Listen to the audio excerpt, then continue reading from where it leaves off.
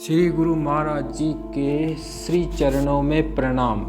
एक बार कुछ युवा विद्वान गुरुदेव श्री आशुतोष महाराज जी के दर्शनार्थ संस्थान के दिल्ली स्थित दिव्य धाम आश्रम में पहुँचे।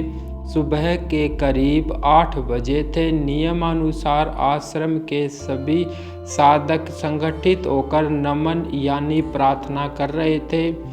इस दृश्य को देखकर उन युवाओं के भीतर प्रार्थना संबंधी कुछ प्रश्न, संशय व दुविधाएं उत्पन्न हो गई। अपनी इन्हीं जिज्ञासाओं का समाधान पाने हेतु वे श्री गुरु महाराज जी के समक्ष पहुँचे। महाराज जी के श्री चरणों में प्रणाम निवेदित कर उन्होंने अपने प्रश्न रखे। इस बार प्रश्नोत्तरी स्तंभ में गुरु महाराज जी द्वारा दिए गए उन श्रृंखलाबद्ध प्रश्नों के समाधान प्रस्तुत किए जा रहे हैं। प्रश्न 1। गुरु महाराज जी, वस्तुतः प्रार्थना क्या है? गुरु महाराज जी बोले, व्यक्ति की मन स्थिति व आध्यात्मिक अवस्था के अनुसार प्रार्थना को भिन्न भिन्न रूपों में परिभाषित किया जा सकता है।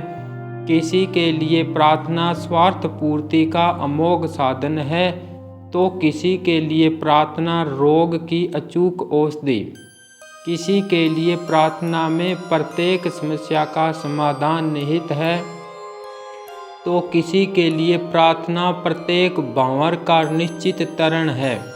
कई भक्तों के लिए प्रार्थना भाव की संपादिका है, तो कई साधकों के लिए ईश्वर के साथ संभाषण की कला। पर यदि प्रार्थना का शाब्दिक अर्थ लें तो प्रार्थना की उत्पत्ति प्रार्थ धातु से हुई है, जिसका अर्थ होता है अपने से विशिष्ट से दीनता पूर्वक कुछ मांगना यानी याचना करना। प्रश्न नंबर 2। क्या यह विशिष्ट कोई सज्जन व्यक्ति भी हो सकता है? गुरु महाराज जी बोले, इस प्रश्न के उत्तर स्वरूप एक कहानी सुनिए। कहा जाता है कि एक बार मुगल बादशाह अकबर जंगल में शिकार खेलते हुए रास्ता भटक गए। समय बीतने पर उन्हें भूख लगी। सामने एक किसान की झोंपड़ी दिखाई पड़ी। वे वहां पहुंचे और भोजन की मांग की। किसान की पत्नी ने उन्हें एक मोटी रोटी और थोड़ा अचार दे दिया। अकबर ने उसे ग्रहण कर तृप्ति मिली। अकबर ने किसान से कहा, जब कभी तुम्हें किसी वस्तु का अभाव महसूस हो तो दिल्ली में अकबर के पास चले आना। संयोगवश कुछ ही समय बाद अकाल पड़ गया। किसान के घर में एक अन्न का दाना न बचा। उसकी पत्नी ने उसे अकबर का वचन याद दिलाया। तब किसान दिल्ली पहुंचा। बड़ी कठिनाइयों का सामना करने के बाद अकबर के महल में प्रवेश पा सका। जब अकबर के कक्ष में पहुंचा तो देखा वह खुदा से दुआ मांग रहा है। किसान ज्ञानी व अनुभवी था, इसलिए यह देखकर वह तुरंत वापिस लौट पड़ा, यही सोचकर कि जब मुगल बादशाह स्वयं याचक है तो मुझे क्या देगा, मैं उस दाता से ही क्यों न मांगूं जिससे अकबर मांग रहा है। भले ही यह एक कहानी हो, पर एक गहरा भाव लिए हुए है, यह कि दाता केवल एक है और वह है परमात्मा। इसलिए याचना सार्थक तभी है जब उसके समक्ष की जाए। अतः प्रभु के चरणों में की गई याचना ही वास्तव में प्रार्थना कही जाती है। प्रश्न नंबर 3। पर गुरु महाराज जी, क्या ईश्वर प्रार्थनाओं का फल देते हैं, याचक की इच्छा पूर्ण करते हैं? इस प्रश्न के उत्तर स्वरूप महाराज जी बोले, करते भी हैं और नहीं भी, क्योंकि वे ही जानते हैं कि हमारी प्रार्थना को फलीभूत करना हमारे हित में है या अहित में। उसी के अनुसार वे निर्णय लेते हैं। प्रश्न नंबर 4। क्या इस संदर्भ में कोई वैज्ञानिक प्रमाण है जहां प्रार्थना फलित हुई हो? गुरु महाराज जी बोले, प्रार्थना की शक्ति को जांचने के लिए सन 1988 में एक वैज्ञानिक प्रयोग किया गया। यह प्रयोग अमेरिका के सैन फ्रांसिस्को जनरल अस्पताल में डॉक्टर रेडोल्फ वर्ल्ड द्वारा किया गया। 393 हृदय रोगियों को बिना कोई जानकारी दिए इस परीक्षण का हिस्सा बनाया गया। उनको 2 ग्रुप में बांटा गया। पहले ग्रुप के रोगियों के नाम एक प्रार्थना दल को दिए गए, जिन्होंने यह आश्वासन दिया कि वे सच्चे हृदय से इन रोगियों के स्वास्थ्य लाभ के लिए नियमित प्रार्थना करेंगे। दूसरे ग्रुप के रोगियों के लिए ऐसी कोई व्यवस्था नहीं की गई। 10 महीने बाद परीक्षण के परिणाम सामने थे। जिन रोगियों के लिए प्रार्थना की गई थी, उनका स्वास्थ्य 21% बेहतर था, उन रोगियों के मुकाबले जिनके लिए कोई प्रार्थना नहीं की गई थी। पहले ग्रुप के रोगियों को दूसरे ग्रुप के रोगियों की अपेक्षा एंटीबायोटिक अर्थात प्रतिजैविक भी 5 गुना कम चाहिए थे। इस परीक्षण के बाद प्रसिद्ध विलियम्स का कहना था, यदि इस परीक्षण के परिणाम सत्य हैं तो हम सभी चिकित्सकों को अपने मरीजों के औषधि निर्देश पत्र पर यह भी अवश्य लिखना चाहिए कि दिन में 3 बार प्रार्थना अवश्य करें। अतः प्रार्थना का प्रभाव प्रायोगिक स्तर पर भी प्रमाणित हो चुका है। नोबेल पुरस्कार विजेता विश्व विख्यात वैज्ञानिक एवं सर्जन डॉक्टर अलेक्सिस कैरेल का कथन इस तथ्य को और मजबूत करता है। उनका कहना था, मैंने स्वयं अपनी आंखों से देखा है कि एक मात्र प्रार्थना से कुछ ही समय में मुंह के घाव, शरीर के अन्य घाव, कैंसर, टीबी आदि रोगों से रोगी मुक्त हो गए। प्रश्न नंबर 5, शायद इसलिए अब प्रत्येक अस्पताल में मंदिर या पूजा स्थल होता है। साथ ही दीवारों पर लिखा रहता है, वी ग्रेट गुड कैरियर। हम केवल इलाज करते हैं, स्वस्थ ईश्वर करता है। गुरु महाराज जी बोले, डॉक्टर कैरल जिनका अभी मैंने आपको कथन बतलाया, वे उन डॉक्टरों के दल के भी अगुआ रहे जिन्होंने रोगियों के आरोग्य लाभ के लिए प्रार्थना की व्यवस्था की। अब तो यह व्यवस्था विश्व के अधिकतर अस्पतालों में उपलब्ध है। इंग्लैंड में राष्ट्रीय सेवा समिति द्वारा जो 3000 अस्पताल चलाए जाते हैं, उन सब में धर्मोपदेशक नियुक्त हैं जो सुबह शाम रोगियों के रोग निवारण के लिए भगवान से प्रार्थना करते हैं। ब्रिटिश मेडिकल एसोसिएशन के उप सचिव डॉक्टर क्लेस्टन ने इस संदर्भ में अपने विचार रखते हुए कहा, यदि हमें अपना कार्य सम्यक प्रकार से करना है तो आध्यात्मिक शक्ति की सहायता अधिकाधिक लेना आवश्यक है। अमेरिका के नामी सर्जन डॉक्टर रॉबर्ट वाइट ने अक्टूबर 1978 में प्रकाशित रीडर्स डाइजेस्ट में अपने विचार व्यक्त किए। मैं हर सर्जरी करने से पहले व बाद में ईश्वर के आगे नतमस्तक होता हूँ। उनसे प्रार्थना करता हूँ कि वे मुझे क्षमता दे कि मैं अपना कार्य कुशलता व सफलता पूर्वक कर सकूं। अतः मेरी हर सफल सर्जरी प्रार्थना का ही प्रतिफल है।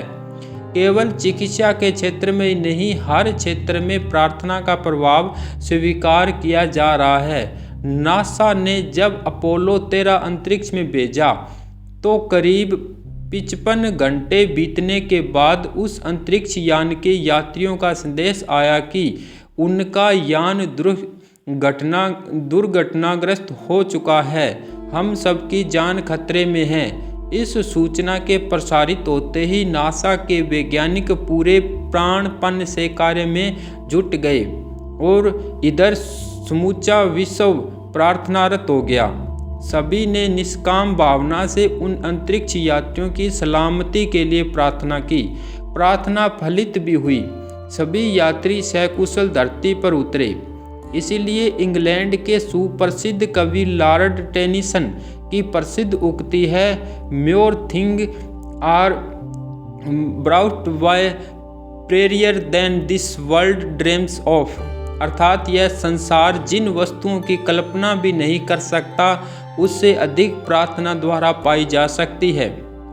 प्रश्न नंबर 6, गुरु महाराज जी, इस संवाद से एक दुविधा मन में उत्पन्न हो रही है। कहा जाता है कि व्यक्ति को अपने कर्मों का फल भोगना ही पड़ता है, तो क्या इस नियम में प्रार्थना हस्तक्षेप नहीं कर रही? कहा जाता है कि व्यक्ति को अपने कर्मों का फल भोगना ही पड़ता है, तो क्या इस नियम में प्रार्थना हस्तक्षेप नहीं कर रही? गुरु महाराज जी बोले, मान लीजिए कि एक व्यक्ति ने चोरी की।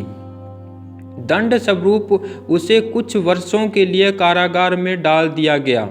अब उस व्यक्ति को अपने दुष्कर्म पर पश्चाताप हो रहा है, इसीलिए वह अपने आचरण, व्यवहार, सोच को सुधारता है।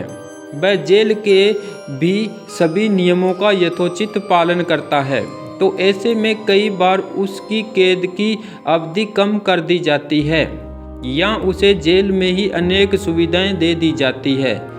ठीक यही प्रार्थना के विषय में है। एक व्यक्ति अपने कर्मों का दंड भोगते हुए यदि सच्चे पवित्र हृदय से प्रार्थना करता है, तो ईश्वर कृपा कर उसे दंड मुक्त कर सकते हैं। प्रश्न नंबर 7, एक दुविधा और है। गुरु महाराज जी, भिन्न भिन्न लोग भिन्न भिन्न प्रकार की प्रार्थनाएं करते हैं। हो सकता है कि कभी दो लोगों की प्रार्थनाएं एक दूसरे के परस्पर विरोधी हो। ऐसी स्थिति में किस की प्रार्थना स्वीकार की जाएगी? गुरु महाराज जी बोले, देवी पुराण में वर्णन आता है कि प्रभु श्री राम व रावण दोनों ने देवी माँ से प्रार्थना की कि वे युद्ध में उनकी सहायता करें। अब देखा जाए तो दोनों पक्षों की प्रार्थनाएं परस्पर विरोधी थी, तो माँ ने ऐसी स्थिति में क्या किया? वे रावण के समक्ष प्रकट हुई और उसे कल्याण मस्तु का वरदान दिया। रावण के समक्ष प्रकट हुई तो उसे कल्याण मस्तु का वरदान दिया। प्रभु श्री राम को विजय भव का वरदान दिया। हम सभी जानते हैं कि युद्ध में रावण मृत्यु को प्राप्त हुआ और प्रभु श्री राम की विजय हुई। बहुत से लोगों को लगता है कि श्री राम को दिया हुआ वरदान तो देवी माँ ने पूरा किया, परंतु रावण को प्रार्थना स्वरूप मिला वरदान फल रहित रहा। किंतु ऐसा नहीं है। देवी माँ ने रावण को कल्याण मस्तु यानी तुम्हारा कल्याण हो का वरदान दिया था। प्रभु श्री राम द्वारा मृत्यु को प्राप्त कर रावण कल्याण को ही प्राप्त हुआ। उसके पाप पूर्ण जीवन का अंत होने में ही उसका कल्याण था। अतः यह आपकी चिंता का विषय नहीं है कि ईश्वर विरोधी प्रार्थनाओं की समस्या का कैसे हल निकालेंगे। ईश्वर विवेकपूर्ण सत्ता है, उसके पास हर समस्या का अकाट्य समाधान है। प्रश्न नंबर 8, गुरु महाराज जी, मन में एक शंका और उठ रही है। यदि प्रार्थना करने से ही हर इच्छित वस्तु प्राप्त की जा सकती है, तो फिर कर्म क्यों किया जाए?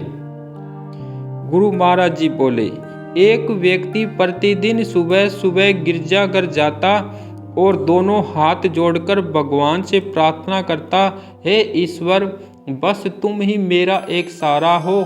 मैं गरीब भरे जीवन से थक चुका हूँ। मैं अब सुकून के फल चाहता हूँ, इसलिए आप मेरी लॉटरी लगवा दें। पर उसकी लॉटरी नहीं निकली। अब उसने अपनी प्रार्थना के शब्द बदले, हे ईश्वर, मैं अपनी पत्नी के साथ अच्छा व्यवहार करता हूँ, किसी को भी अपशब्द नहीं कहता। मैंने शराब पीना छोड़ दिया है, लेकिन इस बार भी वह लॉटरी टिकट नहीं जीत पाया। फिर गिरजाघर पहुंचा और प्रार्थना की, ईश्वर मुझ पर दया करो, मेरी प्रार्थनाओं का फल दो, मुझे यूं गरीब मत छोड़ो। Give me a break, let me win the lottery. तभी ईश्वर की वाणी गूंजी, my son you give me a break, at least buy a lottery ticket. पुत्र तुम मुझे चैन लेने दो, कम से कम एक लॉटरी का टिकट तो खरीदो। यह घटना हास्यास्पद है पर एक गहरा संदेश देती है। जब तक आप लॉटरी का टिकट नहीं खरीदोगे तब तक ईश्वर भी आपकी लॉटरी नहीं लगवा सकते। यानी कर्म आपको करना होगा, उस कर्म के आधार पर ही प्रार्थना फलित होगी। नेपोलियन ने बहुत सुंदर कहा था, गिले बारूद में तो ईश्वर भी आग नहीं लगा सकता। यानी अपने पुरुषार्थ द्वारा बारूद को सुखाकर रखो। ठीक इसी तरह सावधानी, लगन, परिश्रम से क्षमता अनुसार आप कर्म करो, साथ ही प्रार्थना भी। दोनों उपायों के संयोग से ही सफलता प्राप्त होगी। तो कर्म का त्याग कर केवल प्रार्थना पर अविलंबित रहते हैं। जो कर्म का त्याग कर केवल प्रार्थना पर अविलंबित रहते हैं, निसंदेह उनकी प्रार्थना निष्फल होती है। हे साधकों, निष्काम भाव से, सच्चे मन से की गई प्रार्थना ईश्वर जरूर पूर्ण करता है। इसलिए साधना के साथ प्रार्थना भी अवश्य करें, क्योंकि प्रार्थना में वो शक्ति है जो ईश्वर अवश्य पूरी करता है। चैनल को सब्सक्राइब कर बेल आइकन को ऑन करें और कमेंट में जय श्री राम लिखें। जय श्री राम।